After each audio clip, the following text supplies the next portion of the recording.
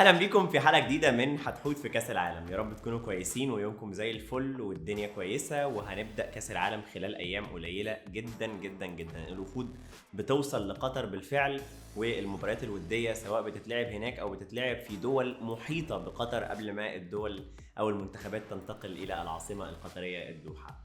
دلوقتي في الحلقه النهارده هنعمل كده جوله سريعه على كل مجموعه من الثمان مجموعات. مش عارف الحلقه هتوصل لكام دقيقه، لكن هنحاول ان احنا نلقي نظرات سريعه على كل منتخب من المنتخبات قبل ما نروح للحلقه اللي بعدها، حلقه التوقعات، ونتوقع مع بعض مين اللي هياخد البطوله في النهايه. المجموعه الاولى بتضم صاحب الارض المنتخب القطري، ومعاه منتخب هولندا، ومعاه منتخب السنغال، ومعاه منتخب الاكوادور. يعني من كل قاره في منتخب بيمثلها في المجموعه الاولى. المنتخب القطري من المميزات بتاعته انه معاه مدرب اللي هو فيليكس سانشيز، معاهم بقاله سنين كتيره من سنة 2014. ده غير انه هو اللي ربى الشباب اللي موجودين، اللي الغرض من وجوده كان ان احنا عندنا كاس عالم سنة 2022. من المميزات ان الراجل ده هو الراجل اللي جاي من فريق برشلونة اللي تحت الفريق الاول، وكان عنده تجارب في الكرة الحلوة. يعني ده غير ان هو مكون الفرقة بالشكل اللي هو عايزه. ميزة تانية عند منتخب قطر طبعا غير الارض وغير الجمهور، هو ان المنتخب ده واجه اغلب المدارس الكروية في العالم خلال السنوات اللي فاتت، برضو في إطار تحضير لبطولة كأس العالم قطر 2022. ميزة تانية في المنتخب القطري غير ميزة الأرض وغير ميزة الجمهور وغير ميزة إن هو المنظم، فالميزة اللي عندهم إن هم واجهوا أغلب المدارس الكروية حول العالم في خلال السنوات اللي فاتت للتحضير لبطولة كأس العالم. يعني مثلا هم شاركوا في تصفيات كأس العالم عن قارة أوروبا، فدخلوا في مجموعه واجهوا فيها المنتخب البرتغالي، دخلوا في مجموعه واجهوا فيها المنتخب الصربي وايرلندا ولوكسمبورغ واذربيجان. حققوا نتائج سواء كانت كويسه او مش كويسه، لكن الفكره ان هم احتكوا بمدارس مختلفه تماما عن المدرسه الخليجيه او الاسيويه. ده غير ان هم كمان رايحين لعبوا في تصفيات الكونكاكاف، فلعبوا منتخبات زي بنما، زي جواتيمالا، زي هندوراس، وتصدروا حتى مجموعتهم هناك، ولعبوا كمان الكأس الذهبيه فواجهوا منتخب امريكا. ده غير ان هم لعبوا بطوله كاس العرب، اقصونا من البطوله دي في مباراه المركز الثالث. كنا احنا الافضل الحقيقه كمنتخب مصري، لكن هم عرفوا يصمدوا وراحوا لضربات الترجيح لما احنا ضيعنا من خلال احمد حجازي ومحمد شريف لو نفتكر، وخدنا المركز الرابع في كاس العرب اللي اتلعبت في قطر في اطار التحضير برضو لتنظيم بطوله كاس العالم، بدل بطوله كاس القارات اللي كانت بتتعمل قبل كاس العالم بشكل مستمر. فيليكس سانشيز كان اعلن عن قائمه المنتخب القطري ال 26 اللي هيلعبوا في بطوله كاس العالم، والقائمه بتضم مجموعه من اللاعبين كلهم بيلعبوا في الدوري القطري. نصيب الاسد فيه كان لفريق السد اللي بيشارك في البطوله دي ب 13 لعيب موجودين في المنتخب القطري. يجي بعديهم فريق الدحيل اللي بيشترك فيه 6 لعيبه موجوده في قائمه المنتخب القطري. يجي بعديهم 2 أو 3 أو 1 من انديه زي الريان وزي العربي وزي الغرافه القطريين. منتخب قطر قتل بحثا الكلام عن ان هو جنس لاعبين من سنوات طويله، لكنه في النهايه بجنيه للخبرات ممكن الناس بتنظر له نظره انه ليه ما يكونش هو الحصان الاسود في البطوله ويعدي على حساب 2 منافسين تقال قوي، وهم منتخب هولندا والسنغال. هل يعرف يصعد مع واحد منهم؟ هنشوف. الفريق الثاني في المجموعه دي هو المنتخب السنغالي، اللي طبعا كلنا متذكرينه كويس وحافظينه كويس، سواء بسبب لعيبته اللي بيلعبوا في الفرق الاوروبيه الكبيره، او بسبب ان هو كان من سوء حظنا يعني هو اللي بيواجهنا في اغلب البطولات الفتره اللي فاتت. لكن كمان ان هو بيعيش سنه حظه، احد افضل السنوات اللي عاشها في تاريخه، لانه مثلا خد بطوله افريقيا لاول مره في حياته لما كسب المنتخب المصري في بطولة افريقيا اللي اتلعبت في الكاميرون بضربات الترجيح، فساديو ماني انتصر حتى ساعتها على محمد صلاح زي ما قلنا كلنا. لكن بعدها بأقل من شهرين واجهنا منتخب السنغال تاني، ودي البطولة اللي تأهل من خلالها إلى بطولة كأس العالم، تصفيات بطولة المونديال. برضه بضربات الترجيح كسبناهم هنا 1-0 وكسبونا هناك 1-0 في اجواء كانت مشحونه جدا، والليزر اللي عمى عينينا كلنا، بل وعمى عين اللعيبه، بل وعمى عين المعلق نفسه الكابتن مدحت شلبي وقتها. وقدمنا شكاوى واعتراضات وقلنا ما تقلقوش هنعيد المباراة وهنتأهل على حساب منتخب السنغال، في رسائل تخديرية من مسؤول اتحاد الكرة المصري. ما كانش عليهم ان هم يعملوا حاجة زي دي، واحنا هو على بعد 2 أو 3 من كاس العالم، والسنغال هناك والسنغال جاهزة، لكن من غير ساديو ماني في اول مواجهة في البطولة.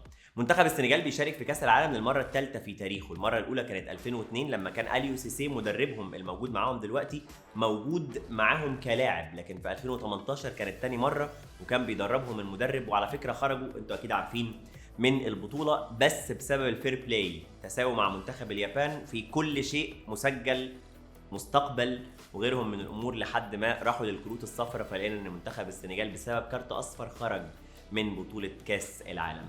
لكن الملاحظ في المنتخب القطري والمنتخب السنغالي ان مدربينهم ارتقوا في تدريب المنتخبات لحد ما مسكوا المنتخب الاول وبقى لهم سنين معاهم، فبالتالي عندهم خبره المشاركه مع اللعيبه اللي موجوده معاهم. قائمه المنتخب السنغالي مش مختلفه كتير عن القائمه اللي كانت بتواجهنا من كام شهر في نهائي او نهائيات تصفيات كاس العالم، لكن بيغيب عنها لعيبه زي كيتا بالدي ما كانش موجود اصلا، زي ساليو سيس الظهير اللي كان بيلعب في مواجهه محمد صلاح من زمان، بقاله سنين بيلعبوا ضد بعض حتى على مستوى المنتخبات المختلفه. ولما سئل اليو سيسي ليه ما خدتوش قال انه بلا نادي اخده ازاي. كمان من عندهم اللعيبه بوناسار وده بسبب اصابه منعته من التواجد. لكن باقي القايمه موجود فيها ساديو ماني اللي الائمه هناك في المساجد عملوا يوم مخصص لقراءه القران والدعوات انه يعرف يلحق لو مش ماتش هولندا فالماتشين اللي بعديهم سواء قطر او الاكوادور. لكن طبعا عندهم قايمه مدججه بالنجوم زي ادوارد مندي من تشيلسي، زي كاليدو كوليبالي من نفس الفريق، انا متحيز شويه لتشيلسي،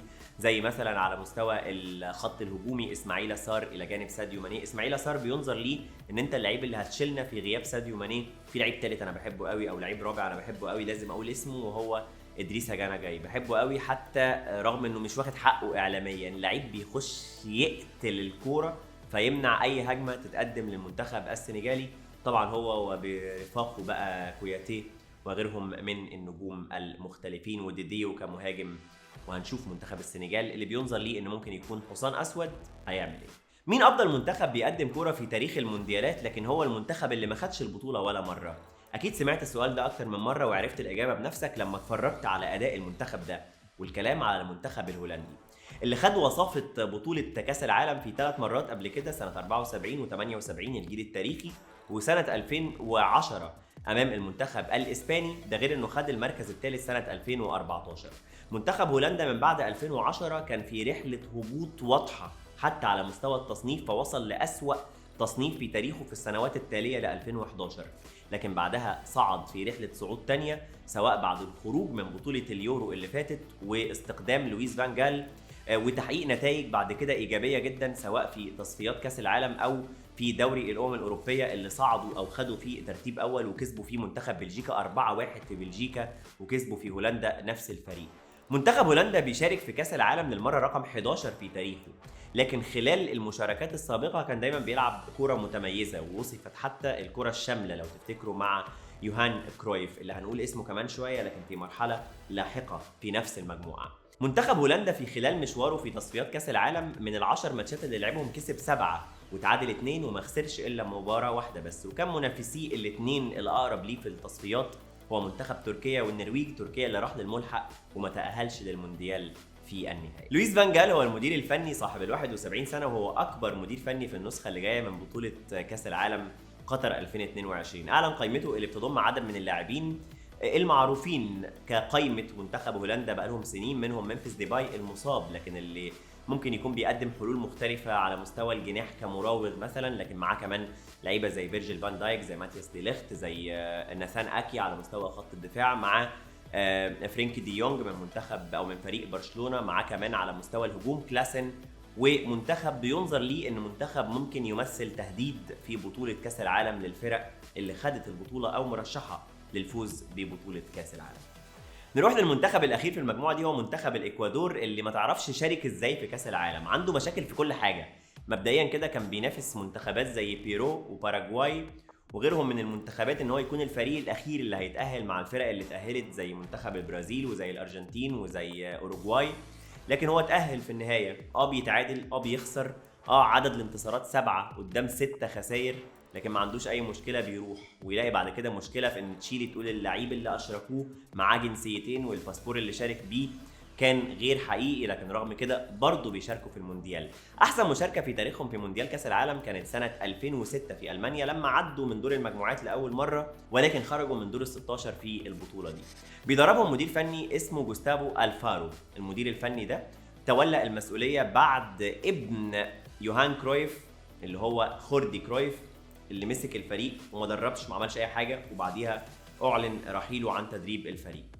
المميزات اللي عند منتخب الاكوادور، وهي مميزات مش كتيره يعني، هو ان هم لعبوا مع اكتر من منتخب زي منتخب قطر فاستعدوا له كويس. لعبوا مع منتخب العراق قريب، لعبوا مع منتخب السعوديه ابعد شويه وتعادلوا مع الاثنين، لعبوا مع منتخب نيجيريا اللي هو شبيه بمنتخب السنغال كغرب افريقي يعني، لكن اتغلبوا من منتخب نيجيريا بهدف دون مقابل. المنتخب الاكوادوري بيدخل البطوله دي على امل ان ممكن 2 يخبطوا في بعض او 3 تانيين يخبطوا في بعض ويعدي. والميزه الثانيه عندهم هو ان جوستافو الفارو ده درب قبل كده اهلي جده السعودي، وبالتالي عنده خبره شويه بالفرق العربيه بما انه معاه قطر في البطوله. قائمه منتخب الاكوادور ما فيهاش اللعيبه التقال قوي او اللامعه في الدوريات المختلفه، لكن عندهم 3 موجودين في فريق برايتون وبيمثلوهم في المنتخب، وهم منهم كايسيدو لعيب كويس جدا في نص الملعب، استوبينان نفس القصه، وسارامينتو كمان اللي بيلعب في نفس الفرقه. ده غير ان في 3 لعيبه بيلعبوا فريق لوس انجلوس اللي بيلعب فيه جاريث بيل في امريكا، زي مينديس وزي سيفوينتس وزي بالاسيوس. لكن المنتخب الاكوادوري كمان كان المفروض ان هيكون معاه في القائمه اللعيب اللي عمل لهم المشكله الاساسيه اللي هو بيرون كاستيلو بتاع قصه جواز السفر المزور. من حسن حظهم او من سوء حظهم ايا ما كان ايه موقفهم، اتعرض للاصابه في مباراه العراق الوديه الاخيره فخرج من القائمه النهائيه لفريق الاكوادور. وبعد ما خلصنا كلام عن المجموعه الاولى هننط نطه سريعه ونروح للمجموعه الثالثه اللي تضم منتخبنا العربي السعودي الى جانب منتخبات الارجنتين والمكسيك وبولندا. والبدايه هتكون مع منتخب الارجنتين اللي بيشارك في كاس العالم للمره رقم 18 في تاريخه. منتخب الارجنتين كان زيه زي منتخب البرازيل، صعد لكن في المركز الثاني بعد البرازيل، وصعد زي البرازيل من غير ولا خساره في مشوار التصفيات في امريكا الجنوبيه. بيقوده المدرب الارجنتيني سكالوني صاحب ال 44 سنه اللي كان لاعب قبل كده في ديبورتيفو لاكرونيا ولعب كمان 2 سنين في فريق برشلونه الاسباني. المنتخب الارجنتيني بيدخل النسخه دي لاول مره بعد عده نسخ كمرشح للفوز باللقب، وده بعد ما كان كسب البطوله في مرتين سابقتين وعايز الثالثه. كسبها اول مره سنه 78 على ارضه، وتاني مره سنه 86 بقياده مارادونا بعد الجول الشهير اللي سجله نفتكر في مرمى المنتخب الانجليزي بتعليق العظيم الكابتن ميمي الشربيني لما قال دييجو ارماندو مارادونا ده انت رقصت التيم كله يا راجل. المنتخب الارجنتيني المره دي مرشح للفوز باللقب ليه؟ اولا في نظره تعاطفيه مع منتخب الارجنتين علشان ميسي بيخوض اخر منافسه ليه على المستوى الدولي مع منتخب الارجنتين، ده غير ان المنتخب فعلا تحت قياده سكالوني تحسن كتير لدرجه انه توج ببطوله كوبا امريكا في اخر نسخه قدام منتخب البرازيل في الفاينل بقياده الاسطوره ليونيل ميسي. اخر تجاربهم الوديه كانت قدام الامارات وكسبوا بنتيجه كبيره جدا، وده بيزود الطموحات لان ليه لا ما نكسبش للمره الثالثه في تاريخنا. قائمة المنتخب الأرجنتيني بتضم وفرة عددية ناحية الهجوم بوجود الأسطورة ليونيل ميسي ومعاه أنخيل دي ماريا من يوفنتوس، باولو ديبالا من روما، لوتارو مارتينيز من إنتر ميلانو، إلى جانب تواجد كمان عدد من اللاعبين اللي أبرزهم من الدوري الإسباني على مستوى العدد، 9 بيلعبوا في الدوري الإسباني، واحد بس بيلعب في الدوري الأرجنتيني المحلي وهو الحارس فرانكو أرماني، لكن الحارس الأساسي بتاعهم هو إيميليانو مارتينيز اللي بيلعب في صفوف فريق أستون فيلا. الفرقه طبعا بتضم عدد اخر من النجوم على مستوى المراكز المختلفه زي نجم اتلتيكو مدريد دي بول، الى جانب خط الدفاع اللي بيشهد تواجد كريستيان روميرو لاعب توتنهام هوتسبير، الى جانب طبعا المخضرم اوتاميندي. ودلوقتي نروح للمنتخب السعودي. السعوديه بتشارك في كاس العالم للمره رقم 6 في تاريخها. احسن مشاركه ليها كلنا نفتكرها سنه 94 لما عدوا من دور المجموعات للمره الاولى والاخيره حتى الان في تاريخهم وخرجوا من دور ال 16 جول سعيد العويران لو نفتكروا قدام منتخب بلجيكا. منتخب السعوديه بيقوده المدير الفني المخضرم إيرفي رونار اللي بيتولى مسؤوليه الاخضر من سنه 2019. عنده صولات وجولات مع الكره الافريقيه تحديدا، والراجل عامل شكل كويس جدا لمنتخب السعوديه. منتخب السعوديه بيحاول يعدي لمره تانية في تاريخه من دور المجموعات رغم انه هيصطدم بمنتخبات زي الارجنتين وبولندا والمكسيك، لكن هيحاول يعتمد على الارض الخليجيه القطريه والجمهور سواء القطري او العربي او السعودي بكل تاكيد اللي هيزحف ورا المنتخب السعودي. اخر مباراه كانوا لعبوها وديه كانت امام منتخب كرواتيا، اتغلبوا في اخر دقائق في الدقيقه 82 من خلال البديل كراماريتش، لكن ظهروا بشكل كويس جدا من الناحية التكتيكية وعملوا عدة جمل أظهرت أن الكرة الحلوة ممكن تساعدهم على تحقيق فوز في بطولة كأس العالم، وليه لأ ما يصعدوش من دور المجموعات. منتخب السعودية في آخر مشاركاته في كأس العالم وتحديدا آخر مباراة كانوا كسبونا بنتيجة 2-1 بعد ما كنا احنا وهم ودعنا البطولة على أرض الواقع. قائمة المنتخب السعودي بقالها سنوات بتلعب مع بعض. أبرز اللي حصل فيها هو خروج فهد المولد لاعب الشباب السعودي اللي بسبب قصة المنشطات قرر إيرفي رينار بعد اجتماعات مع مسؤولي الاتحاد السعودي إنه يستبعده، واللاعب كان قبلها على طول انضم، وبالتالي تبدو صدمة بالنسبة لفهد المولد، لكن اللاعب كان رد فعله جميل جدا بانه تمنى التوفيق للمنتخب السعودي اللي هيبدا مشواره بمواجهه المنتخب الارجنتيني. ياسر الشمراني ناحيه الشمال، سعود عبد الحميد ناحيه اليمين، اللعيبه اللي بنحبهم زي سالم الدوسري زي سلمان الفرج، وقايمه باذن الله تنجح في تحقيق نتائج ايجابيه وتعدي للدور اللي جاي رغم صعوبتها. المنتخب الثالث في المجموعة هو منتخب بولندا بقيادة روبرت ليفاندوفسكي، اللي في إطار استعداداته لمواجهات كأس العالم تلقى خبر إنه موقوف 3 ماتشات مع فريق برشلونة بسبب الطرد اللي حصل عليه في مباراته الأخيرة في الدوري الإسباني.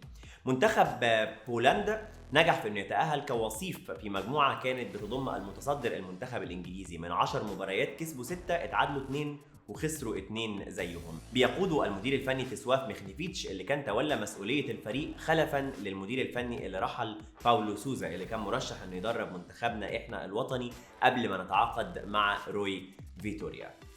ابرز اللاعبين في قائمة المنتخب البولندي هو بكل تأكيد روبرت ليفاندوفسكي الهداف المخضرم واحد افضل اللاعبين في العالم، الى جانب اللاعب اللي الجمهور العربي وتحديدا السعودي بيعرفه وهو مهاجم الشباب كريوتشوفياك، ومعاهم طبعا كمان ماتي كاش لاعب استون فيلا كابرز اللعيبه اللي بتلعب في الدوريات الاوروبيه، بالاضافه الى 3 حراس مرمى موجودين من الدوري الايطالي بقياده تشيزني حارس مرمى يوفنتوس، وسكروبسكي من فريق بولونيا، ومعاه دراجوفسكي من فريق سبيتسيا الايطالي. واخيرا منتخب المكسيك عاده مش بيلاقي صعوبه في التاهل بسبب سهوله التصفيات اللي بيلعب فيها، هو صعد كمركز تاني في التصفيات عن امريكا الشماليه او الاوقيانوسا، ونجح في انه يتأهل للمرة رقم 18 في تاريخه لبطولة كأس العالم. بيقوده فنيا المدير الفني تاتا مارتينو، وهدفهم بكل تأكيد ان يحصل اي تخبيط ويعرفوا يصعدوا. ذكرياتهم مع المونديال الاخير كانت مثالية لما نجحوا في الفوز على المنتخب الألماني. قائمة المنتخب المكسيكي اشهر اللعيبة اللي فيها هو الحارس اللي بيتشقلب في كل مونديال اوتشوا، الى جانب المهاجم بتاع ويلفرهامبتون راؤول خيمينيز، لكن بيغيب عنهم لأول مرة بعد 5 نسخ مفاجأة رافائيل ماركيز. وبعد ما خلصنا المجموعة الثالثة هننط نطتين ونروح للمجموعة السادسة اللي تضم المنتخب المغربي بجوار منتخب كرواتيا ومنتخب بلجيكا ومنتخب كندا. منتخب المغرب بيشارك في البطولة دي للمرة رقم 6 في تاريخه، وكانت أحسن مشاركاته سنة 86 في المكسيك لما خرج من الدور ال16. منتخب المغرب بيقوده المدير الفني السابق للوداد اللي لسه واخد بطولة دوري أبطال أفريقيا وليد الركراكي، اللي تولى المسؤولية خلفا للمثير جدا للجدل وحيد خليلوزيتش، لكن في نفس الوقت الراجل اللي كان مصمم على مواقفه كان بيدخل في صدامات مع عدد من اللاعبين ابرزهم الحمد الله وحكيم زياش، الى جانب مسؤولي الاتحاد المغربي لكرة القدم. وليد الركراكي من المدربين الجيدين جدا اللي جات لهم فرصة كبيرة جدا، لكن انا اتوقع انه ممكن يكون قدها ويظهر نجاحات كبيرة خصوصا مع قوة قائمة المنتخب المغربي. قائمة المنتخب المغربي أغلبها من اللاعبين المغاربة اللي بيلعبوا في القارة الأوروبية أو تحديداً بره المغرب، أبرزهم من اللي بيلعبوا في الدوري المحلي 2 من الوداد، هو يحيى جبران اللي كان مرشح إنه ينضم للزمالك في الصيف اللي فات، إلى جانب رضا التكناوتي حارس مرمى الوداد البيضاوي المغربي. لكن عندهم قائمة مليانة بالعناصر الجيدة سواء دفاعياً أو على المستوى الهجومي.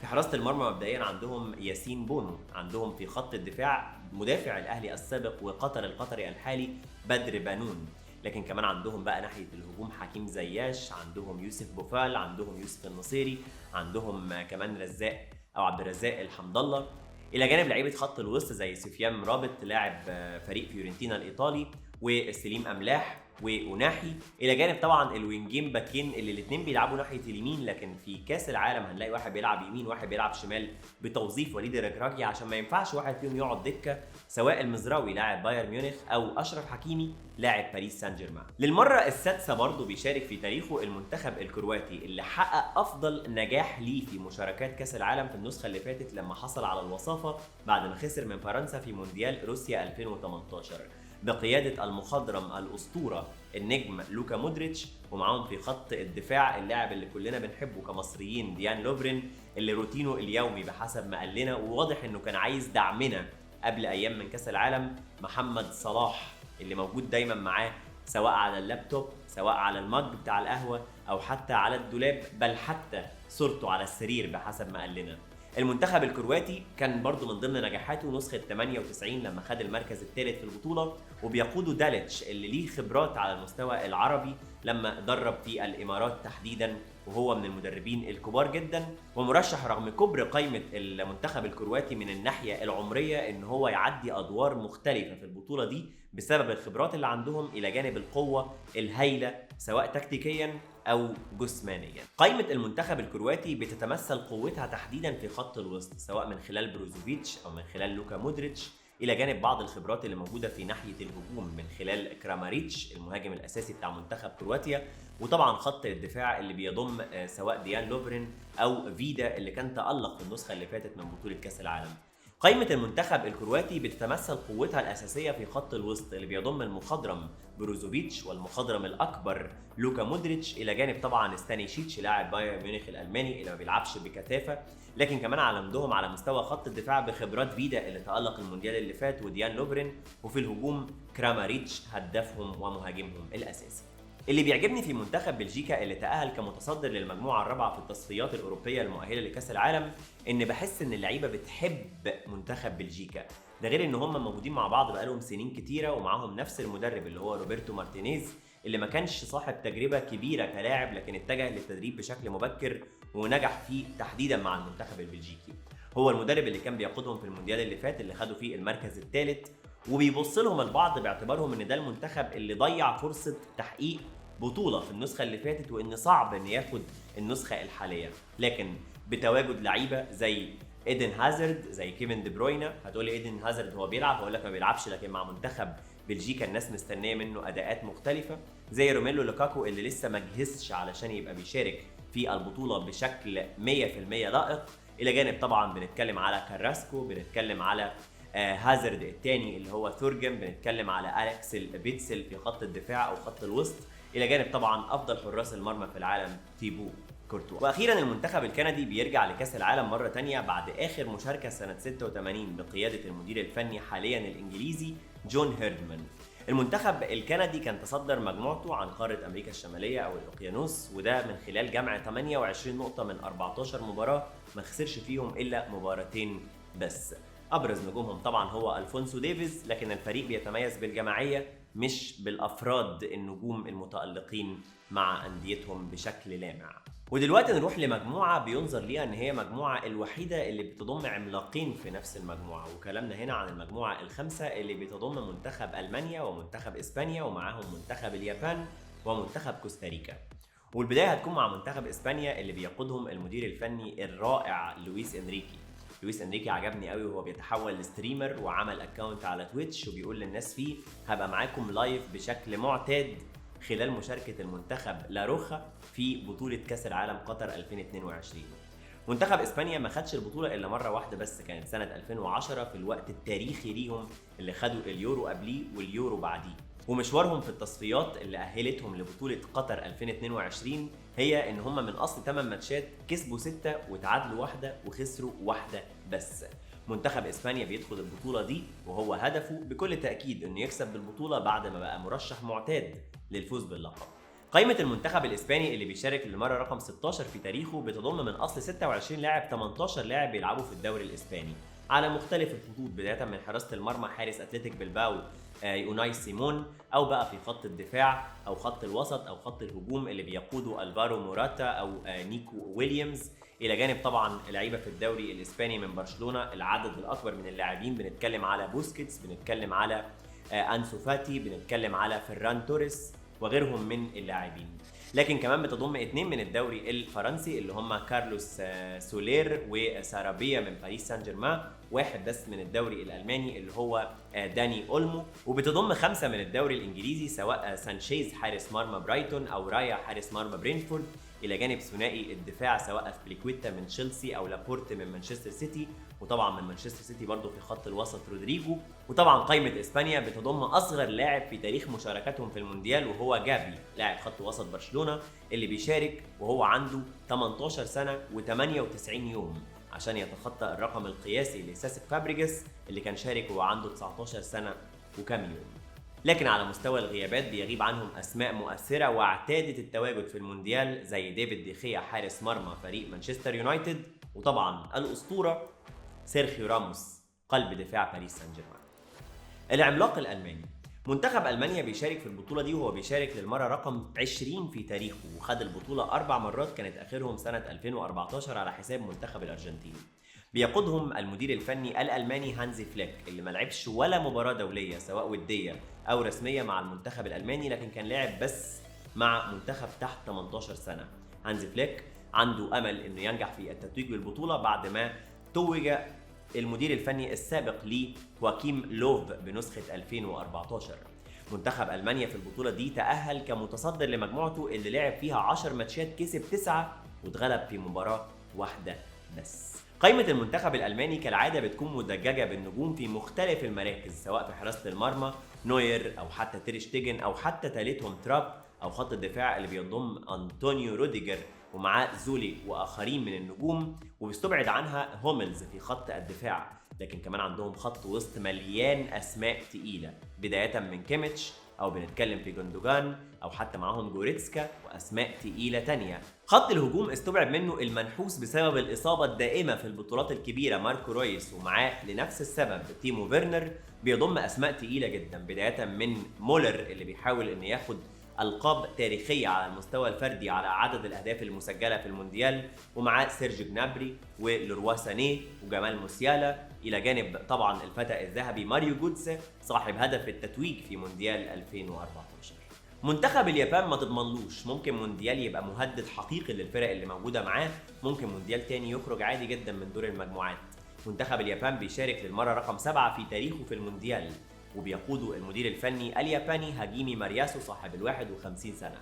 صعدوا البطولة دي بعد ما جم في المركز الثاني ورا السعودية اللي كانت تصدرت مجموعتها. طبعا اسماء منتخب اليابان دايما بنتلخبط فيها، لكن ابرز الاسماء اللي موجوده طبعا هو اللاعب تومياسو لاعب خط الدفاع اللي بيلعب في ارسنال اللي خلصوا فتره ما قبل كاس العالم وهم متصدرين بفارق 5 نقاط عن مانشستر سيتي. معاه كمان لاعب بروسيا مونشنجلادباخ اللاعب ايتاكورا، ده انا بحبه قوي الحقيقه لان لما بتفرج على ماتشات الدوري الالماني بلاقيه ولد محارب ومقاتل فايتر جدا، ساموراي ياباني. ومن ابرز الاسماء عندهم كمان في خط الهجوم الاسم اللي كلنا عارفينه لاعب ريال سوسيداد كوبو اللي كان في ريال مدريد. منتخب كوستاريكا بيشارك على جانب اخر للمره السادسه في تاريخه بعد ما كان شارك في النسخه اللي فاتت من البطوله وقبلها 2014 وبدايته كانت سنه 1990. صعد للبطوله دي بعد ما احتل المركز الرابع في مجموعته في تصفيات كاس العالم عن قاره امريكا الشماليه والاوقيانوس. بيقوده المدير الفني الكولومبي لويس فرناندو سواريش. قائمة المنتخب الكوستاريكي أبرز الأسماء فيها طبعا هو حارس مرمى ريال مدريد السابق وباريس سان جيرمان الحالي كيلور نافاس. عندهم كمان في خط الهجوم مهاجم أرسنال السابق جويل كامبل إلى جانب القائد التاريخي براين رويس. منتخب كوستاريكا كانت أفضل نجاحاته سنة 2014 في المونديال اللي خرجوا من الدور ربع النهائي بصعوبة بضربات الترجيح من المنتخب الهولندي. وفي ختام كلامنا هستنى كالعاده تعليقاتكم، رسائلكم، انتقاداتكم، اختلافاتكم، نقاشاتنا مع بعض اللي مستمره دايما. وما تنسوش كالعاده تعملوا اللايك والشير والسبسكرايب والكلام بتاع اليوتيوب ده. يلا بينا.